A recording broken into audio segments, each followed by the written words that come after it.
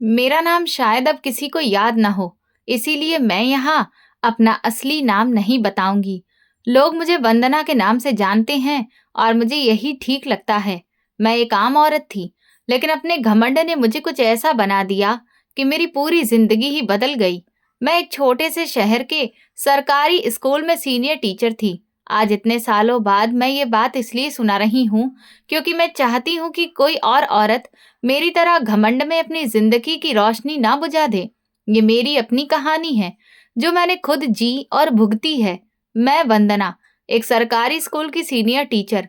पूरे मोहल्ले में मेरा नाम था। सब मुझे इज्जत से मैडम वंदना कहते थे। मेरा घर बहुत साफ सुथरा रहता था। हर चीज अपनी जगह पर होती थी। मेरे दो बेटे आरव और विवेक मेरी शान थे, मेरा गर्व। मुझे हमेशा लगता था कि एक औरत की असली कामयाबी यही है कि उसके बेटे हों जो उसके नाम को रोशन करें। बेटियों वाली औरतों पर मुझे हमेशा दया आती थी। वो रोज अपनी बच्चियों की बातें करती थीं, उनके खिलौनों के पीछे भागती थीं। मुझे उन पर हंसी आती थी। मुझे याद है उस दिन स्कूल से लौटी तो दिल में बहुत सुकून था। क्लास में बच्चों के रिजल्ट आए थे और सबके सामने मेरी तारीफ हुई थी। मैंने खुद से कहा, वंदना, तूने जिंदगी जीत ली। अब किसी की जरूरत नहीं, किसी के रहम की भी नहीं। घर पहुंची तो हमारी पुरानी काम वाली दरवाजे पर खड़ी थी। चेहरा थका हुआ और आंखों में परेशानी थी। बोली, मैडम, अब मुझसे काम नहीं हो पाता। कमर में बहुत दर्द रहता है। अगर आप कहें तो मेरी एक रिश्तेदार है, उसकी बेटी के साथ भेज दूं। दोनों शरीफ हैं। मैंने बिना सोचे कहा, ठीक है, देख लूंगी। बस काम ढंग से करें और ज्यादा बातें ना बनाएं। अगले दिन दरवाजा खुला और एक दुबली पतली औरत अंदर आई। उसके साथ एक कम उम्र लड़की थी, पूजा। लड़की के चेहरे पर झिझक थी, आंखों में शर्म भी थी, लेकिन उनमें कुछ अलग सी शांति थी, जैसे कोई भरोसा हो कि हालात कैसे भी हों, वो टूटेंगी नहीं। उस औरत ने कहा, मैडम, ये मेरी बेटी पूजा है, घर के काम में मेरी मदद करेगी। मैंने मुस्कुराते हुए कहा, ठीक है, अगर मेहनती है तो काम चल जाएगा। पूजा ने सिर झुकाकर हल्का सा जी कहा। कुछ दिन बीते। पूजा बहुत शांत स्वभाव की थी, अपने काम में लगी रहती, लेकिन मैंने देखा कि जब भी उसे थोड़ा वक्त मिलता, वो किचन के कोने में बैठकर अपनी पुरानी कॉपी निकालती और कुछ लिखती रहती। पहले मैंने ध्यान नहीं दिया, लेकिन एक दिन देखा कि वो बर्तन धोते धोते कुछ लाइनें धीरे धीरे बोल रही थी। मैं सूरज नहीं बन सकती, पर उसकी रोशनी देख सकती हूँ। मैंने चौंक कर पूछा, क्या पढ़ रही हो? वो घबरा गई। मैडम, बस पुरानी किताब है, मैं पढ़ना चाहती हूँ। मैंने हल्की हंसी में कहा, अरे वाह, अब नौकरानी की बेटी भी ख्वाब देखेगी क्या? वो कुछ नहीं बोली, बस नजरें नीचे कर लीं। उसकी आंखों में एक चुप सवाल था, क्या ख्वाब देखने का हक सिर्फ अमीरों को होता है? दिन गुजरते गए। पूजा रोज सुबह आती, सफाई करती, बर्तन धोती, और जैसे ही मुझे स्कूल का काम करते देखती, वो चुपके से अपनी कॉपी खोल लेती। एक दिन मैंने सख्त लहजे में कहा, पूजा, काम छोड़कर पढ़ाई करने बैठी हो? ये किताबें तुम्हें कुछ नहीं देंगी। अगर किस्मत में नौकरियां होती तो तुम्हारी माँ बर्तन क्यों धोती? वो कुछ देर चुप रही, फिर बोली, मैडम, माँ कहती है पढ़ाई भगवान का दिया हुआ आशीर्वाद है, इसे छोड़ना पाप है। मैंने हंसकर कहा, अरे, तुम्हारी माँ तो मेरा फर्श धोती है, वो क्या सिखाएगी तुम्हें? वो शांत रही, फिर धीरे से बोली, माँ खुद नहीं पढ़ सकी, इसीलिए चाहती है कि मैं पढ़ लूं। उसकी आवाज में कुछ ऐसा था जो सीधे दिल को लगा, लेकिन मैंने खुद को संभाल लिया। मैंने मन में कहा, वंदना, तू टीचर है, तुझे अपनी हद पता होनी चाहिए। ये नरमी दिखाना कमजोरी है। कुछ दिनों के बाद पूजा की माँ बीमार पड़ गई। वो खुद नहीं आ सकी। पूजा अकेली आने लगी। एक दिन बोली, मैडम, माँ की तबीयत बहुत खराब है, मैं घर का भी ध्यान रखूंगी, बस पढ़ाई बंद मत कराइएगा।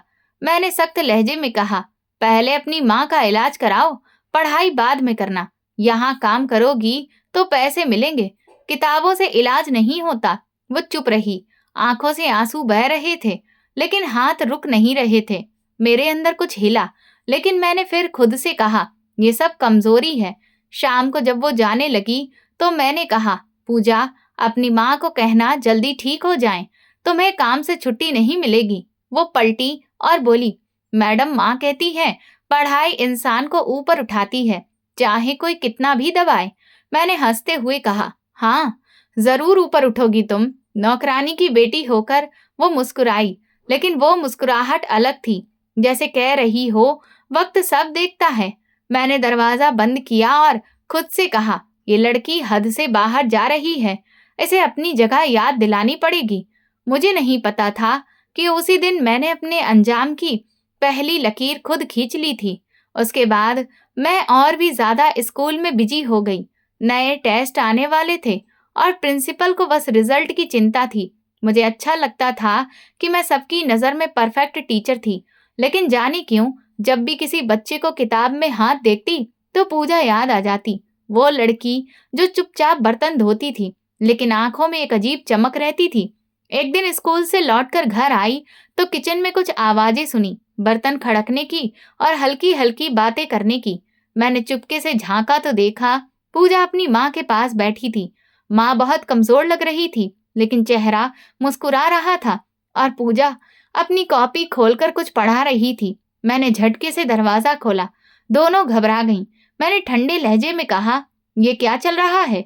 पूजा डरते हुए बोली, मैडम माँ कहती है थोड़ा पढ़ लिया कर, इसीलिए।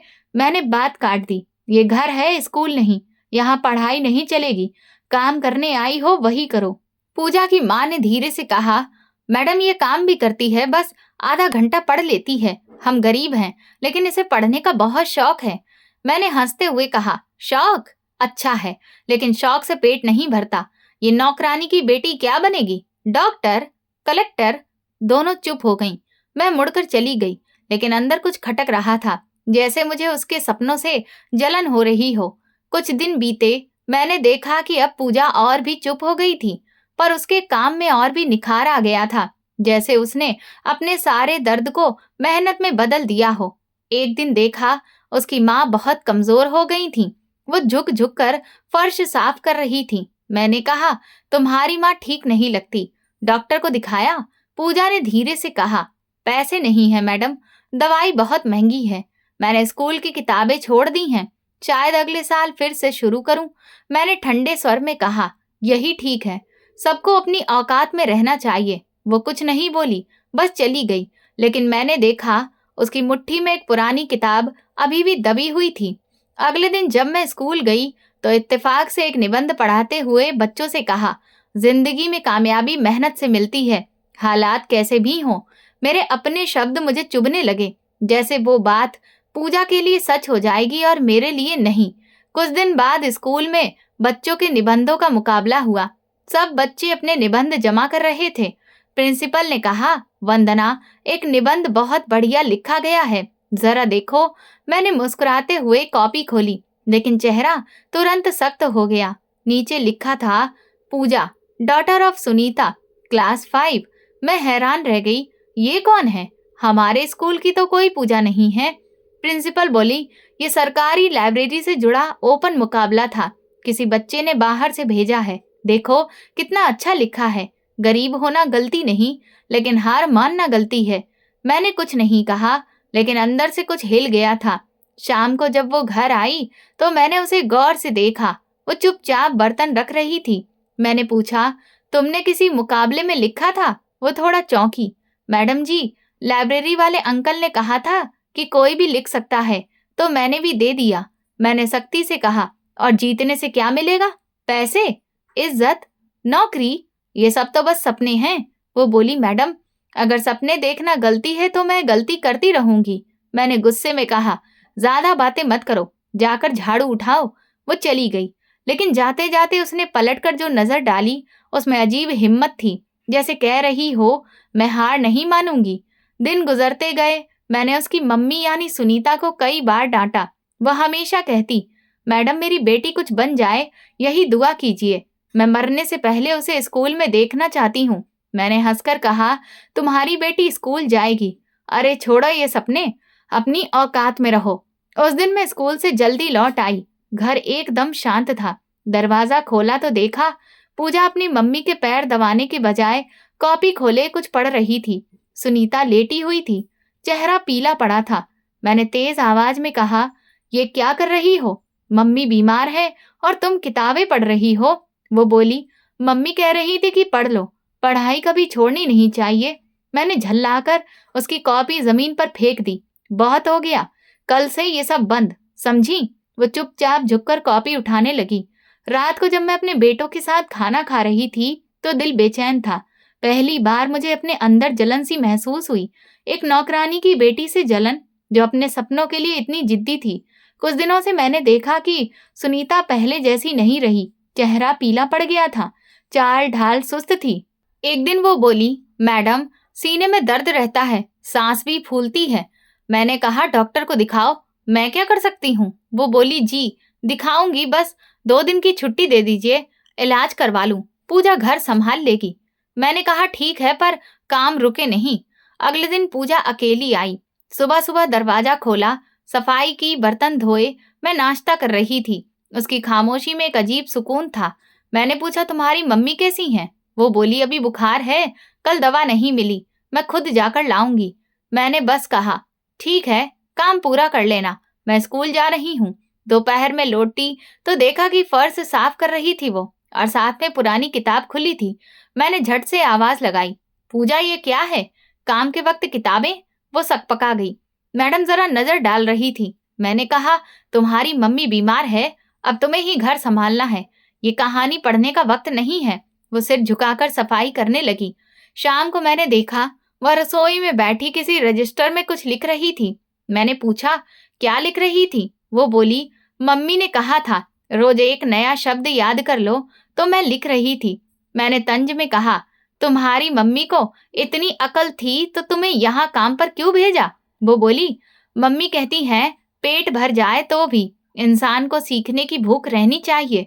मैंने सख्त लहजे में कहा, कल से ये लिखने पढ़ने का नाटक बंद, समझी? अगले दिन वो जल्दी आई, दरवाजा खोला, हाँफते हुए बोली, मम्मी की तबीयत ठीक नहीं थी, इसीलिए देर हो गई। मैंने कहा, बहाने मत बनाओ, आज से तुम पूरा घर संभालोगी, और अगर किताब हाथ में देखी तो सीधा निकाल दूंगी। वो बोली, जी मैडम। दिन बीतते गए, सुनीता बिस्तर से उठ नहीं सकी। कभी पूजा सुबह के काम के बीच में चुपके से जाकर उसे देख आती। मैं खिड़की से झांक कर देखती तो वो अपनी मम्मी के पास बैठती, दवा देती, हिम्मत बंधाती, फिर झट से झाड़ू पकड़ लेती। उसकी आंखों में थकान थी, लेकिन चेहरे पर वही जिद बाकी थी। एक दिन मैं स्कूल से जल्दी आई। घर में सन्नाटा था। पूजा आंगन में बैठी थी, सामने किताब खुली थी। मैं धीरे से गई और उसके कंधे पर हाथ रखा। वो घबरा गई। मैंने सख्ती से कहा, कितनी बार कहा है, किताबें बंद रखो। वो बोली, मैडम बस मम्मी के लिए प्रार्थना लिख रही थी। मम्मी कहती हैं भगवान पढ़े लिखों को इज्जत देता है, तो मैं चाहती हूँ कि मुझे भी इज्जत मिले। मैंने झल्लाकर कहा, इज्जत बर्तन धोने में है, किताबों में नहीं। मैंने उसकी किताब छीनी तो वो बोली, मैडम ये मम्मी की दी हुई है, प्लीज इसे मत फाड़िए। लेकिन मैंने सोचे बिना ही पन्ने फाड़ दिए। कुछ उड़ गए, कुछ जमीन पर गिर गए। वो जमीन पर बैठकर उन टुकड़ों को समेटने लगी। मैं कमरे में चली गई। रात को मैंने सपना देखा। सुनीता कह रही थी, मैडम किसी की पढ़ाई मत रोकना, वरना तुम्हारा चैन चला जाएगा। मैं हड़बड़ाकर उठ गई। खिड़की से देखा, मोमबत्ती की रोशनी में पूजा फिर पढ़ रही थी। मैंने गुस्से में दरवाजा खोला और चिल्लाई, ये क्या जिद है? मैंने मना किया ना। वो घबराकर बोली, मम्मी ने कहा था रोशनी बुझने मत देना, मैं उनके लिए पढ़ रही हूँ। मैंने झाड़ू उठाई। अब ये झाड़ू उठाओ, किताब नहीं, कल से ये सब खत्म। अगले दिन सुनीता का देहांत हो गया। मैंने 2 मिनट का मौन रखकर कहा, भगवान उसकी आत्मा को शांति दे। अब तुझे थोड़ा संभल कर रहना पड़ेगा पूजा। पूजा चुप रही। उसने अपनी माँ के कपड़े समेटे, उनमें से एक कॉपी निकाली और चुपचाप अपने बैग में रख ली। मैंने देखा मगर कुछ नहीं कहा। कुछ दिन बाद मैंने देखा कि वो कमजोर तो लग रही थी, लेकिन हमेशा किसी न किसी काम में लगी रहती थी, जैसे किसी चीज की तलाश में हो। एक शाम जब मैं स्कूल की फाइलें ठीक कर रही थी तो अचानक कुछ जलने की गंध आई। मैं रसोई की ओर भागी तो देखा पूजा चूल्हे के पास बैठी थी, आंखों में आंसू और सामने एक खुली किताब थी। मैंने गुस्से में कहा, फिर से पढ़ाई? क्या तुम्हें समझ नहीं आता? वो चौंक कर बोली, मैडम बस आखिरी पेज पढ़ रही थी, मम्मी की याद आ गई। मैंने आगे बढ़कर वो किताब छीनी और चूल्हे में फेंक दी। पन्ने मुड़कर जलने लगे, धुआं उठा। पूजा पत्थर की तरह जमी रह गई, आंखें जलती आग पर टिकी रहीं। मैंने सख्ती से कहा, अब खत्म हो गया तुम्हारा पढ़ाई का नाटक, अब बस काम पर ध्यान देना, समझी? कुछ पल बाद उसने एक लंबी सांस ली, फिर झुककर धीरे से कहा, मैडम, मेरी रोशनी आपकी आग से बुझने वाली नहीं। मैं एक पल के लिए थम गई। वो चली गई, मगर उसके शब्द देर तक मेरे कानों में गूंजते रहे। रात को जब मैं स्कूल के पेपर चेक कर रही थी, तो एक कॉपी में लिखा मिला, जो दूसरों की रोशनी बुझाता है, वो खुद अंधेरे में रह जाता है। मैं ठिठक गई। लगा जैसे वो लाइन किसी ने मेरे लिए ही लिखी हो। सुनीता के जाने के बाद घर का माहौल बिल्कुल बदल गया था। पूजा ने पूरा घर संभाल लिया था। सुबह सुबह आकर झाड़ू पोछा करती, बर्तन धोती, कपड़े तय करके रखती और शाम को चुपचाप चली जाती। मैं कभी कभी उसे देखती तो हैरान रह जाती कि इतनी छोटी सी उम्र में कोई इतना काम कैसे कर सकता है। लेकिन उसकी खामोशी मुझे खटकती थी। वो कुछ नहीं बोलती थी, पर उसके चेहरे में एक अजीब सा भरोसा था, जैसे कोई बात अंदर से उसे मजबूत बनाए रखती हो। एक दिन मैं स्कूल जाने की तैयारी कर रही थी, तभी मेरा बेटा बोला, मम्मी, मेरी होमवर्क वाली कॉपी नहीं मिल रही। मैंने कहा, पूजा से पूछो, उसने ही तो कमरे की सफाई की थी। थोड़ी देर बाद बेटा आया और बोला, मम्मी, वो कह रही है कि उसने कुछ नहीं छुआ। मैंने गुस्से में कहा, उसे बुलाओ। पूजा डरते डरते अंदर आई। मैडम, मैंने सच में कुछ नहीं छुआ। मैंने तेज आवाज में कहा, मेरी चीजें गायब हो रही हैं और तुम कहती हो कुछ नहीं छुआ। क्या मैं बेवकूफ हूँ? वो कांपती हुई बोली, मैडम, मैं झूठ नहीं बोलती। मैंने सख्ती से कहा, बस अब बहाने मत बना। कल से काम पर आने की जरूरत नहीं। अपना बाकी पैसा ले जाना। उसकी आंखें भर आईं, पर उसने कुछ नहीं कहा। बस धीरे से बोली, मैंने कभी बुरा नहीं चाहा, लेकिन भगवान सब देख रहा है। मैंने दरवाजा बंद कर लिया। अगले दिन स्कूल पहुंची तो स्टाफ रूम में हलचल थी। प्रिंसिपल कह रही थी, इस बार की स्कॉलरशिप टेस्ट में एक बहुत ही खास नाम आया है। एक लड़की जिसने शानदार नंबर लिए हैं। मैंने पूछा, कौन? उन्होंने फाइल खोली। नाम है पूजा, डॉटर ऑफ सुनीता। मेरे हाथ से चाय का कप लगभग गिर ही गया। क्या वही पूजा? प्रिंसिपल ने सिर हिलाया। हाँ, वही। आज से वो हमारे स्कूल में एडमिशन ले रही है। उसे पूरी स्कॉलरशिप मिली है। बहुत समझदार और मेहनती बच्ची है। मैं चुप हो गई। कुछ पल बाद मुस्कुराकर बोली, अच्छा है, पढ़ाई सबके लिए जरूरी है। लेकिन दिल में जैसे कोई जलती हुई चिंगारी रख दी गई थी। दोपहर में नेहा स्टाफ रूम में आई और बोली, मैडम वंदना, आपको खुशी होगी, नई लड़की पूजा ने टेस्ट में शानदार लिखा है। हम चाहते हैं कि आप उसे गाइड करें। मैंने बनावटी मुस्कुराहट दी। हाँ जरूर, पर अंदर से मेरा दिल जल उठा। अब मैं उसकी टीचर बनूंगी, जिसे मैंने घर से निकाला था। अगले दिन मैंने उसकी कॉपी देखी। हर जवाब सही, लिखावट साफ, भाषा मजबूत। मैंने दांत भींच कर पूछा, ये सब तुमने खुद लिखा है? वो बोली, जी मैडम, खुद लिखा है। मैंने तंज कसते हुए कहा, वाह, अब तो बहुत मेहनत करने लगी हो। लगता है घर के काम भूल गई हो। वो बोली, माँ कहती थी, काम भी पूजा है और पढ़ाई भी। मैं दोनों नहीं छोड़ूंगी। मैंने सख्ती से कहा, क्लास में ऐसे बड़े बड़े डायलॉग नहीं चलेंगे। यहाँ सिर्फ पढ़ाई होगी, समझी? मैंने मन में ठान लिया कि अब इसे जरा जगह दिखानी पड़ेगी। अगले हफ्ते असाइनमेंट जमा होने थे। मैंने सबकी कॉपियां वापस की। जब उसकी बारी आई तो बोली, पूजा, तुम्हारी कॉपी नहीं मिली। शायद तुमने दी ही नहीं। वो चौंक गई। मैडम, मैंने तो दी थी, आपकी टेबल पर रखी थी। मैंने बनावटी हैरानी जताई। अच्छा, तो शायद गुम हो गई। अब क्या करें? 0 देना पड़ेगा। वो चुप रही। चेहरे पर कोई शिकवा नहीं था। क्लास के बाद एक लड़की आई और बोली, मैडम, पूजा की कॉपी आपकी टेबल के नीचे गिरी थी। मैंने उठा ली। मैंने कहा, अच्छा, तुम रख दो, बाद में देख लूंगी। दिल में थोड़ी शर्म महसूस हुई, लेकिन मैंने खुद को संभाला। नहीं, ये नरमी दिखाना कमजोरी है। मैंने मन में सोचा, इसे याद दिलाना होगा कि इंसान वहीं तक रहता है जहां वो पैदा हुआ था। कुछ दिन बाद स्कूल में सालाना फंक्शन था। पूजा को डोनेशन स्कॉलरशिप की जगह अब विद्या दान स्कॉलरशिप की प्रतिनिधि के तौर पर स्टेज पर बुलाया गया। प्रिंसिपल ने माइक पर कहा, ये एक मिसाल है कि हालात कैसे भी हों, अगर हिम्मत हो तो रास्ते खुद बन जाते हैं। पूरा हॉल तालियों से गूंज उठा। मैं साइड में खड़ी थी, चेहरे पर एक बनावटी मुस्कान लिए। जब पूजा ने बोलना शुरू किया तो उसकी आवाज में एक अजीब सी नरमी थी। उसने कहा, मेरी मम्मी हमेशा कहती थी कि अगर कोई दरवाजा बंद हो जाए तो भगवान दूसरा खोल देता है। आज मैं उन्हीं की दुआ से यहाँ खड़ी हूँ। मेरे हाथ अपने आप मुट्ठी में बंद हो गए।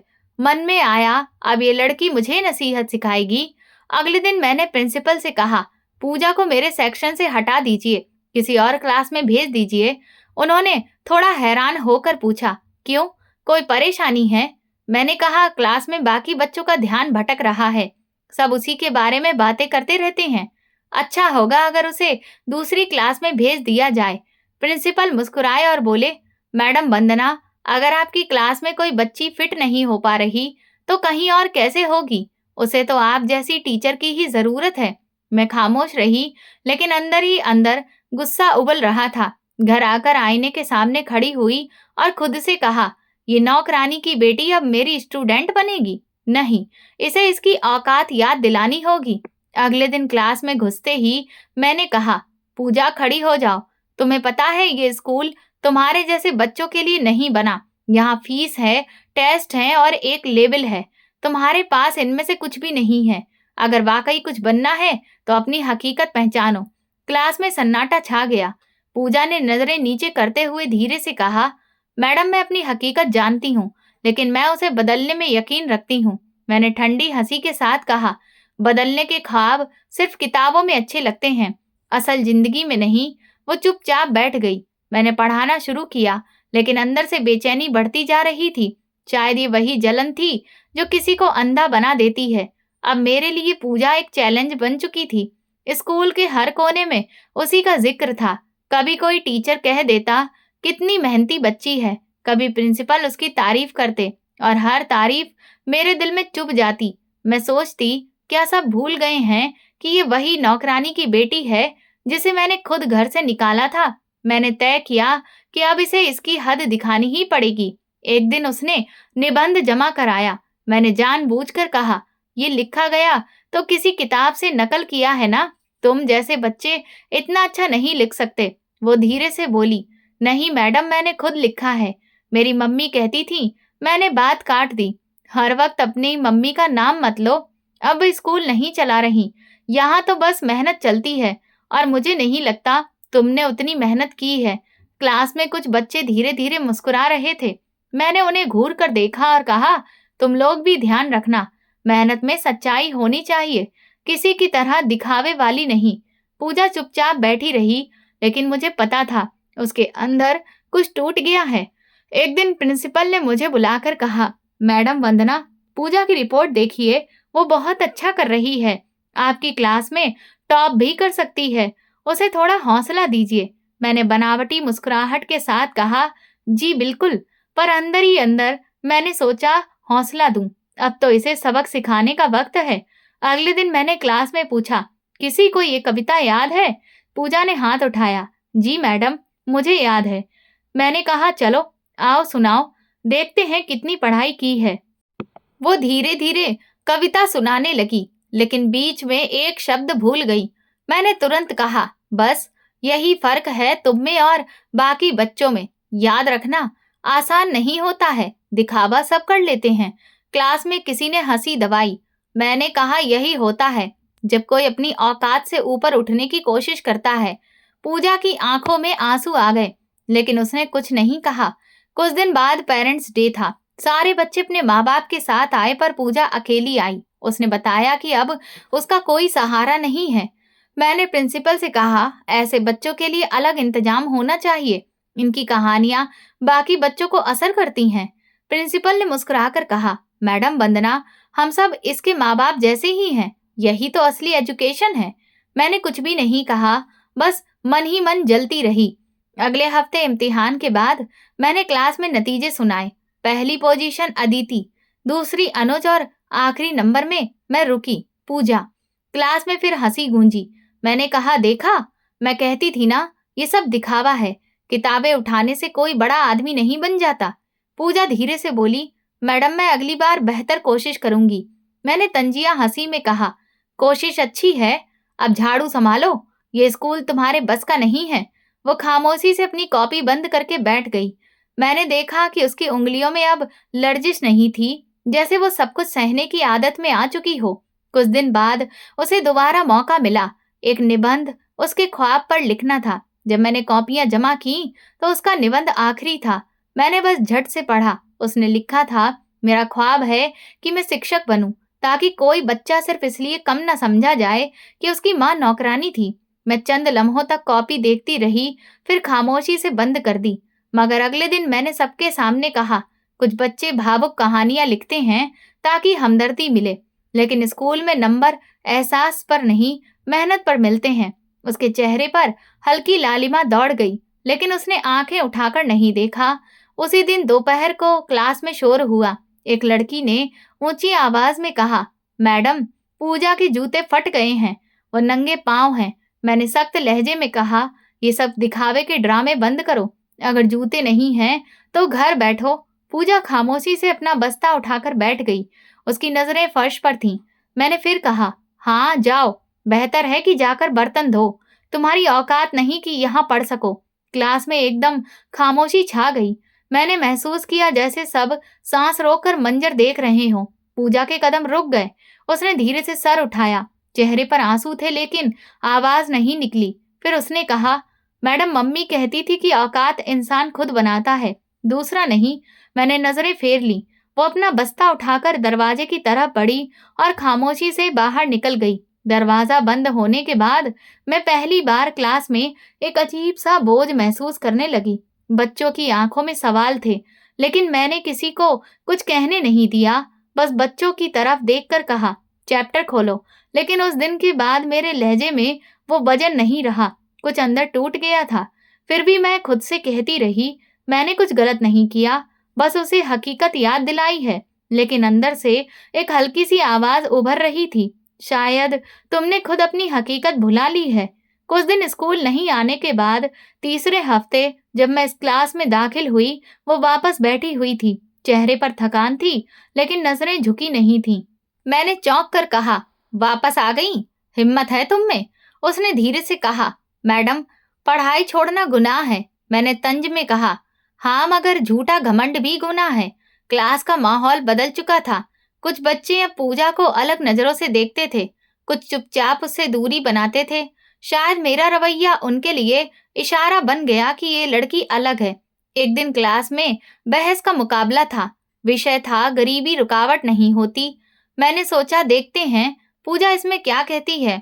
उसने इजाजत मांगी। मैडम, अगर इजाजत हो तो मैं भी हिस्सा लूं? मैंने हल्की मुस्कान के साथ कहा, ठीक है, मगर याद रखो, बात सिर्फ बोलने की नहीं, समझाने की होती है। वो स्टेज पर गई। हाथों में पर्ची थी, लेकिन पढ़े बिना बोलना शुरू किया। करीबी रुकावट कोई इम्तिहान नहीं है। अगर इंसान हिम्मत करे तो हर रुकावट रास्ता बन जाती है। मैंने महसूस किया कि बच्चे संजीदगी से सुन रहे थे। उसकी बातों में असर था। जब वो बोलकर वापस आई तो तालियों की गूंज हुई। मैंने सख्त लहजे में कहा, बस ये मुकाबला है, कोई ड्रामा नहीं। हमदर्दी से जीतना आसान होता है। क्लास में अब बच्चों के चेहरे पर इज्जत के असर दिख रहे थे। उस दिन मेरे दिल में चुभन हुई। ये लड़की अब मेरे कंट्रोल से बाहर हो रही थी। मैंने तय किया कि उसके घमंड को तोड़ना होगा। कुछ दिन बाद प्रिंसिपल ने कहा, अगले हफ्ते सालाना फंक्शन है, पूजा को कविता पढ़ने के लिए चुना गया है।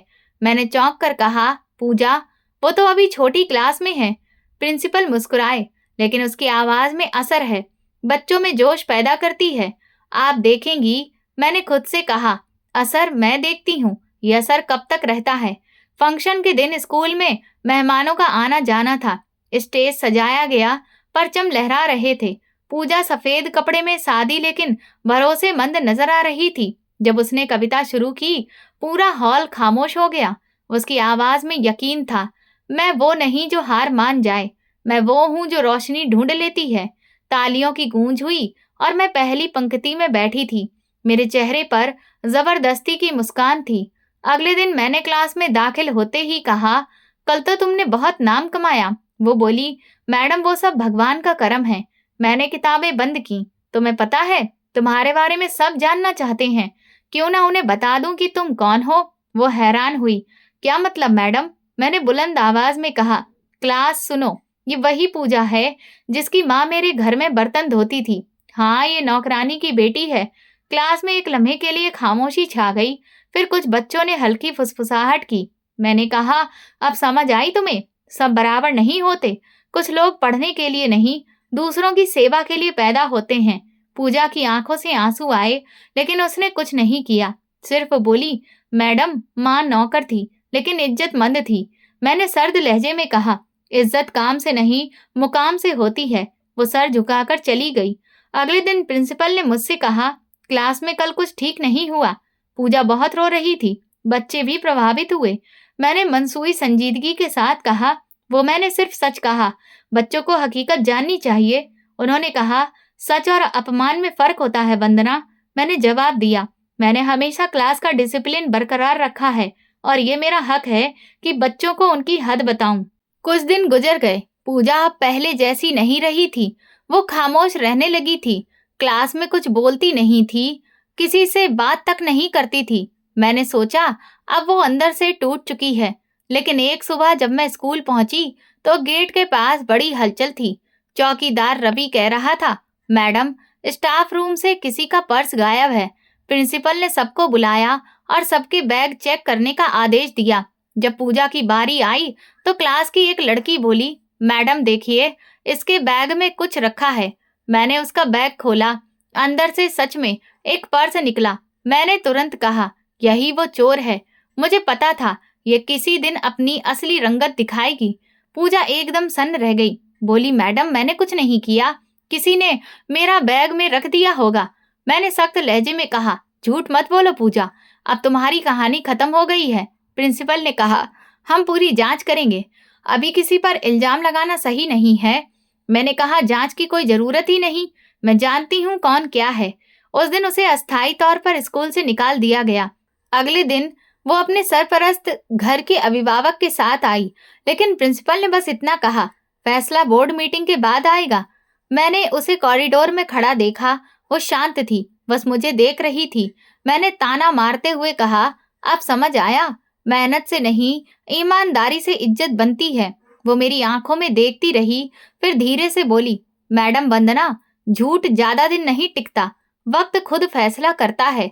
एक हफ्ते बाद बोर्ड का फैसला आया। सबूत नहीं मिलने की वजह से स्कूल ने पूजा को हमेशा के लिए निकालने का फैसला किया। मुझे लगा मैं जीत गई हूँ, लेकिन उस दिन जब वो स्कूल के गेट से बाहर जा रही थी, कुछ ऐसा हुआ जो मैं आज तक भूल नहीं पाई। वो मेरे पास आई, सीधा देखकर बोली, मैडम वंदना, मैं आपको बद्दुआ नहीं दूंगी, बस इतना कहूंगी, एक दिन आप मुझसे मिलने के लिए तरसेंगी। मैंने हंसते हुए कहा, हाँ, ऐसे ख्वाब देखना छोड़ दो पूजा, दुनिया किसी का इंतजार नहीं करती। वो चली गई। मैंने सोचा कहानी खत्म हो गई, मगर जैसे ही उसके कदम गेट के बाहर पड़े, मुझे लगा हवा थम गई है। क्लास में बच्चों ने चुपचाप मेरी तरफ देखा और पहली बार मुझे खुद पर भरोसा नहीं रहा। पूजा के जाने के बाद जिंदगी फिर से अपने रास्ते पर लौट आई, लेकिन स्कूल का माहौल पहले जैसा नहीं रहा। बच्चे अब बहुत शांत रहने लगे थे। जहां पहले मेरी बात पर ताली बजती थी, वहां अब खामोशी छा जाती थी। मैंने खुद से कहा, समय के साथ सब ठीक हो जाएगा, मगर कुछ भी ठीक नहीं हुआ। सालाना रिपोर्ट आई और पहली बार मेरा नाम प्रिंसिपल के नोटिस में आया। क्लास का माहौल सख्त है, बच्चे डरे सहमे रहते हैं, पढ़ाई में इंसानियत की झलक कम है। रिपोर्ट पढ़कर मैं कड़वाहट से मुस्कुराई। अब टीचर से भी नरमी की उम्मीद की जा रही है। स्टाफ रूम की हवा भी अब बदल चुकी थी। जो लोग पहले मेरी तारीफ करते थे, वो अब मुझसे नजरें चुराने लगे थे। कोई बात करे तो आधी सुनाई देती थी, आधी छुपा ली जाती थी। एक दिन सीनियर सुपरवाइजर मैडम आई और बोली, वंदना, आपकी फाइल दोबारा भेजनी पड़ेगी। प्रमोशन कमेटी ने कुछ सवाल उठाए हैं। मैंने हैरानी से पूछा, क्या मैं कमजोर टीचर हूँ? उन्होंने कहा, नहीं, मगर बच्चों की तरफ से कुछ शिकायतें आई हैं कि आप उनके साथ अलग तरह का व्यवहार करती हैं। मैंने थोड़ी देर चुप रहकर कहा, ये सब जलन है। लोग मेरी कामयाबी बर्दाश्त नहीं कर पा रहे। सीनियर सुपरवाइजर मैडम ने नरमी से कहा, कामयाबी तभी टिकती है जब लोग आपके साथ हों। वंदना, मेरे पास जवाब नहीं था। घर लौटी तो दरवाजे पर सन्नाटा था। वंदना का पति, जो पहले मेरी तारीफों के पुल बांधते नहीं थकते थे, अब ज्यादातर वक्त ऑफिस में ही रहते थे। मैंने पूछा, आज फिर देर क्यों हो गई? उन्होंने मुझे छोटा सा जवाब दिया, काम था। मैंने झुंझलाकर कहा, ये काम कब खत्म होगा? कभी घर का भी ख्याल कर लिया करो। उन्होंने शांत स्वर में कहा, घर तब सुकून देता है जब इंसान यहाँ आना चाहे वंदना। मैंने चौंक कर पूछा, मतलब? उन्होंने कहा, तुम अब पहले जैसी नहीं रही। हर बात में गुस्सा, हर चेहरे में शक ढूंढती हो। मैंने गुस्से में कहा, मैं तो वही हूँ जो हमेशा थी, बस अब लोग बदल गए हैं। उन्होंने अखबार उठाते हुए कहा, शायद तुम्हें खुद से बात करने की जरूरत है। मैंने बात खत्म समझी, लेकिन अगले हफ्ते जब मैं स्कूल से लौटी तो मेज पर एक चिट्ठी रखी थी। मैं कुछ दिनों के लिए बैंगलोर जा रहा हूँ। सोचने के लिए थोड़ा वक्त चाहिए। मेरे अंदर अचानक एक खालीपन उतर आया, एक अजीब सन्नाटा, जैसे कुछ टूट गया हो। कुछ दिन बाद स्कूल में इंस्पेक्शन आया। मैंने हमेशा की तरह सारे कागज तैयार रखे थे, लेकिन जब इंस्पेक्टर ने मेरी क्लास देखी तो बोला, बच्चे थोड़े सुस्त लग रहे हैं, इनसे आपका जुड़ाव कम लग रहा है। इंस्पेक्शन खत्म होने के बाद प्रिंसिपल ने मुझे बुलाया। वंदना, पहले आपकी क्लास की बहुत तारीफ होती थी, पर अब लगता है बच्चों से थोड़ा दूर हो गई हैं। थोड़ा नरम रवैया अपनाइए। मैंने ठंडे स्वर में कहा, मैं टीचर हूँ, दोस्त नहीं। आजकल के बच्चे अनुशासन भूल गए हैं। अगले महीने जब प्रमोशन की लिस्ट लगी, मेरा नाम उसमें नहीं था। मैंने शिकायत की, मगर जवाब मिला, अभी आपकी परफॉर्मेंस ठीक नहीं मानी गई। घर की हालत भी बिगड़ने लगी थी। सैलरी अच्छी थी, लेकिन खर्चे उससे कहीं ज्यादा। मेरे पति अब लंबे समय से बाहर थे और उनकी गैर मौजूदगी में सब कुछ गड़बड़ हो गया था। बिजली का बिल, ईएमआई, नौकरानी की तनख्वाह, सब कुछ बोझ बन गया था। मैंने नौकरानी को बुलाया। देखो, अब अगले महीने से मत आना, मैं खुद सब कर लूंगी। वो चौंकी। मैडम, आप खुद? मैंने कहा, हाँ, अब वक्त बदल गया है। पहली बार जिंदगी में मैंने खुद झाड़ू उठाया। फर्श साफ करते हुए लगा जैसे वो फर्श मुझसे पूछ रहा हो, कहाँ गई वो वंदना जो दूसरों पर हुक्म चलाती थी। मैंने खुद से कहा, बस वक्त है, सब ठीक हो जाएगा। इन दिनों पति से कोई बात नहीं हो रही थी। कई बार फोन किया, मगर कोई जवाब नहीं मिला। आखिर एक दिन डाक से एक लिफाफा आया। अंदर एक चिट्ठी थी, मैंने दूसरी शादी कर ली है, अब तुम अपनी जिंदगी संभाल लो। लिफाफा मेरे हाथों से गिर गया। मैं आईने के सामने गई। वो चेहरा जिस पर कभी रौब और आत्मविश्वास झलकता था, अब थकान और खालीपन में बदल चुका था। आंखों के पास झुर्रियां दिख रही थीं। मैंने खुद से कहा, लोग बदल गए हैं, पर मैं अब भी वही हूँ। लेकिन अंदर से एक आवाज आई, नहीं वंदना, वक्त ने तुम्हें भी बदल दिया है, बस तुम मान नहीं रही हो। कुछ दिन बाद स्कूल में मीटिंग थी। सारे टीचर एक जगह बैठे थे। प्रिंसिपल ने घोषणा की, मैडम वंदना को सीनियर पद के लिए नहीं चुना गया है। अब नई टीम आगे काम करेगी। कमरा तालियों से गूंज उठा, मगर वो तालियां मेरे लिए नहीं थी। मैं चुप बैठी रही। सीमा, मेरी पुरानी साथी, आगे बढ़ी और बोली, मैडम, आपने हमें बहुत सिखाया है, हम सब आपके आभारी हैं। मैंने मुस्कुराकर कहा, धन्यवाद, पर अंदर कुछ टूट गया। वापस लौटते वक्त सड़क पर एक पुराना अखबार मेरे पैरों में आकर गिरा। मैंने यूं ही उठाकर देखा। जिले में नई स्कॉलरशिप कमेटी बनी। जिला कलेक्टर की देखरेख में एजुकेशन प्रोजेक्ट तैयार।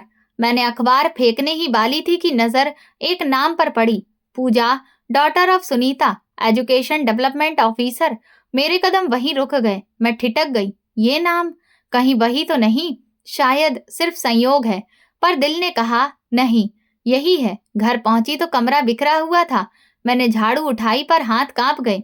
चाय बनाते हुए केतली गिर गई। मैं कुर्सी पर बैठ गई। बाहर बारिश शुरू हो चुकी थी। बिजली की रोशनी में दीवार पर मेरा साया लंबा और भारी दिख रहा था। मैंने सिर पकड़ लिया। ये मैं हूँ, वही वंदना जो दूसरों को नीचा दिखाती थी। तभी फोन बजा। नंबर अनजान था। मैंने कांपते हाथों से उठाया। मैडम वंदना, आपकी पेंशन फाइल में कुछ कागज रह गए हैं, कल आकर साइन कर दीजिएगा। मैंने धीमे स्वर में कहा, ठीक है, और फोन रख दिया। अब घर की खामोशी मेरी साथी बन चुकी थी। मेरे पति जा चुके थे और मेरे बेटे, जो मेरी आंखों के कभी तारे थे, वो सब भी अब अपनी जिंदगी में व्यस्त थे। छोटे बेटे की शादी को 2 साल हो चुके थे। उसकी शादी मैंने बड़ी धूमधाम से की थी। अब वो सिर्फ त्योहारों पर फोन कर लेता था। माँ, सब ठीक है ना? मैं कहती, हाँ बेटा, बस तुम खुश रहो। फोन रखने के बाद घर फिर से सन्नाटा ओढ़ लेता। पिछले महीने पेंशन की रकम देर से आई थी। बिल ना भरने पर बिजली कट गई। मैंने मोमबत्ती जलाई तो अचानक याद आया, पूजा भी इसी तरह मोमबत्ती की रोशनी में पड़ती थी। एक पल को लगा जैसे वक्त ने मुझे उसकी जगह ला खड़ा किया हो। एक दिन मैं बाजार गई। पहले जहां लोग नमस्ते करते थे, अब कोई पहचानता भी नहीं था। एक पुरानी सहकर्मी मिली। अरे वंदना, बहुत दिनों बाद दिखी। रिटायरमेंट के बाद कैसी है? मैंने हल्की मुस्कान दी। बस वक्त काट रही हूँ। वो बोली, हमारी नई डिस्ट्रिक्ट ऑफिसर बहुत शानदार हैं। पूरे स्कूल सिस्टम में बदलाव ला रही हैं। नाम कुछ पूजा है, शायद सुनीता जी की बेटी। मेरे कदम रुक गए। पूजा? वो बोली, हाँ वही। बहुत समझदार और मेहनती लड़की है। मैंने बात बदल दी, लेकिन दिल में अजीब खालीपन उतर आया। घर पहुंचकर मैंने पुरानी अलमारी खोली। एक पुरानी कॉपी मिली जो कभी पूजा छोड़ गई थी। पहला पन्ना खोला। लिखा था, अगर दिल साफ हो तो पढ़ाई रोशनी बन जाती है। मैंने कॉपी धीरे से बंद की। काश मैंने ये बात तब समझी होती। उस रात फिर बारिश थी। छत से पानी टपक रहा था। मैंने बाल्टी रखी और बिस्तर पर लेट गई। याद आया कितनी बार मैंने दूसरों के नसीब पर तंज कसा था, मगर आज मेरा नसीब खुद सन्नाटे में बदल गया था। मैंने आंखें बंद की। भगवान, अगर हो सके तो मुझे माफ कर देना। शायद पूजा के आंसू लग गए। आंसू धीरे धीरे तकिए में समा गए। रात के अंधेरे में पहली बार लगा मैं हार गई, या शायद अब समझ पाई हूँ। सुबह स्कूल से एक चिट्ठी आई। रिटायर्ड टीचर्स के सम्मान समारोह के लिए आपका स्वागत है। जिला कलेक्टर पूजा जी मुख्य अतिथि होंगी। मैंने कई साल बाद अलमारी खोली, पुरानी साड़ी निकाली, प्रेस की, आईने में खुद को देखा। झुर्रियों के बावजूद होठों पर लिपस्टिक लगाई। अब भी मैं वंदना हूँ और मेरा आत्मसम्मान जिंदा है। स्कूल पहुंची तो पुराने दिन याद आ गए। गेट पर वही चौकीदार था, बस अब बाल सफेद हो चुके थे। वो बोला, मैडम बहुत दिनों बाद आएंगी। मैंने मुस्कुराकर कहा, सब बदल गया है ना? वो बोला, हाँ मैडम, वक्त सब बदल देता है, लोग भी। अंदर कदम रखा तो हर कोना बोल उठा। वही स्कूल, वही कमरे, बस चेहरों पर नई उम्र का रंग था। प्रिंसिपल जो कभी मेरी स्टूडेंट थी अब कुर्सी पर थी। वो बोली, मैडम वंदना, आपको देखकर बहुत अच्छा लगा। आज पूजा जी आ रही हैं, जिला कलेक्टर हैं अब। मैंने खुद को संभाला। दोपहर को जब हॉल सजा, मैं सामने की पंक्ति में बैठ गई। माइक से आवाज आई, सभी मेहमानों का स्वागत है। अब जिला कलेक्टर पूजा जी पधार रही हैं। दरवाजा खुला। मैंने नजर उठाई। वो चेहरा, वही मासूम पूजा, अब आत्मविश्वास और गरिमा से भरी। दिल जोर से धड़कने लगा। प्रिंसिपल ने कहा, ये हैं हमारी नई जिला collector Pooja, daughter of Sunita. पूरा हॉल तालियों से गूंज उठा। मैं जड़ होकर बैठी रही। पूजा मंच पर आई और बोली, पढ़ाई ने मुझे वो दिया जो शायद किस्मत नहीं देती। एक वक्त था जब मैं स्कूल के दरवाजे के बाहर खड़ी रहती थी। आज भगवान ने उसी स्कूल में मुझे खड़ा किया है। मेरी सांसें अटकने लगी। समारोह खत्म हुआ। वो सबके बीच चल रही थी, हाथ मिला रही थी। जब वो मेरे पास आई, एक पल को ठिठकी। हमारी नजरें मिली। मैंने नजरें झुका ली। वो बोली, मैडम वंदना। मैंने सिर हिलाया। हाँ, मैं ही हूँ। वो मुस्कुराई। आपकी क्लास और आपकी सख्ती ने मुझे मजबूत बनाया। मैंने कांपते स्वर में कहा, मेरे शब्दों ने तुम्हें दुख पहुंचाया था। वो बोली, नहीं, वो तो सबक थे। वो आगे बढ़ गई। प्रिंसिपल बोली, मैडम आप इन्हें जानती हैं ना? मैंने धीमे से कहा, शायद। अब वो मुझे नहीं जानती। शाम को जब घर लौटी तो मन में तूफान था। मैंने मोमबत्ती जलाई। दीवारों पर पुरानी यादों के साए नाचने लगे। अगले हफ्ते बुखार ने मुझे बिस्तर से लगा दिया। मैं अकेली थी। किसी ने दरवाजा नहीं खटखटाया। 2 दिन बाद दरवाजे पर दस्तक हुई। मैं बड़ी मुश्किल से उठकर दरवाजा खोलने गई। सामने वही चेहरा था, पूजा। उसके हाथ में दवा थी। उसने फिक्र भरे लहजे में कहा, मैडम आप बीमार हैं, स्कूल वालों ने बताया था, इसीलिए आ गई। मैंने कांपती हुई आवाज में कहा, तुम्हें आना नहीं चाहिए था, मैं इसके लायक नहीं हूँ। वो बोली, इंसानियत कभी लायक या नालायक नहीं देखती मैडम। मैं बिस्तर पर बैठ गई। वो पास आकर मेरी चादर ठीक करने लगी। मैंने धीरे से कहा, मैंने तुम्हें बहुत तकलीफ दी है पूजा, अगर बदला लेना चाहो तो ले लो, शायद मेरे गुनाह कुछ कम हो जाएं। वो हल्का मुस्कुराई, मैडम मैं बदले में नहीं, मोहब्बत में यकीन रखती हूँ। आपने जो किया वो आपका स्वभाव था, मेरा काम माफ करना है। मेरी आंखों से आंसू निकल आए। मैंने तुम्हें नीचा दिखाने की कोशिश की थी, लेकिन आज खुद नीचे गिर गई हूँ। पूजा ने मेरा हाथ थाम कर कहा, गिरना बुरा नहीं होता मैडम, गिरकर उठना सबसे बड़ी पूजा होती है। मैंने कहा, भगवान तुम्हें खुश रखे, शायद तुम्हारी मम्मी की दुआएं ही हैं जो तुम यहाँ तक पहुंची हो। वो बोली, मम्मी हमेशा कहती थी, जिसके दिल में नफरत होती है वो कभी जीत नहीं सकता। मैंने सिर झुका लिया। आंखों से आंसू बह निकले। पूजा तुम जीत गई, मैं हार गई। वो बोली, मैडम ये जीत हार नहीं, बस वक्त की बात है। उसने चादर ठीक की, दवा पिलाई और जाने लगी। दरवाजे पर रुककर बोली, मैडम दुआ कीजिए कि मैं भी किसी की जिंदगी में रोशनी बन सकूं। मैंने कांपते हुए हाथ उठाए। भगवान तुम्हें वो मुकाम दे जो मैं कभी समझ नहीं सकी। दरवाजा बंद हुआ, लेकिन कमरे में उसकी खुशबू बाकी थी। मैंने आंखें बंद की तो दिल के अंदर एक हल्की सी रोशनी उतर आई, वही जो कभी पूजा के चेहरे पर देखी थी। मैंने आसमान की तरफ देखा और धीरे से कहा, मोहब्बत ही असली जीत है। और कई सालों बाद पहली बार मेरे दिल को सुकून मिला। ये पूरी कहानी काल्पनिक है। इसका किसी भी व्यक्ति, स्थान या वास्तविक घटना से कोई संबंध नहीं है। इसका उद्देश्य केवल मनोरंजन, शिक्षा और सस्पेंस आधारित कहानी प्रस्तुत करना है। आपको ये कहानी कैसी लगी, मुझे कमेंट सेक्शन में ज़रूर बताएं। मेरे चैनल को सब्सक्राइब कर वीडियो को लाइक कर दें और वीडियो को हाइप भी दें। और ऐसी और भी रोमांचक कहानियां सुनने के लिए मेरे चैनल के साथ बने रहें। धन्यवाद।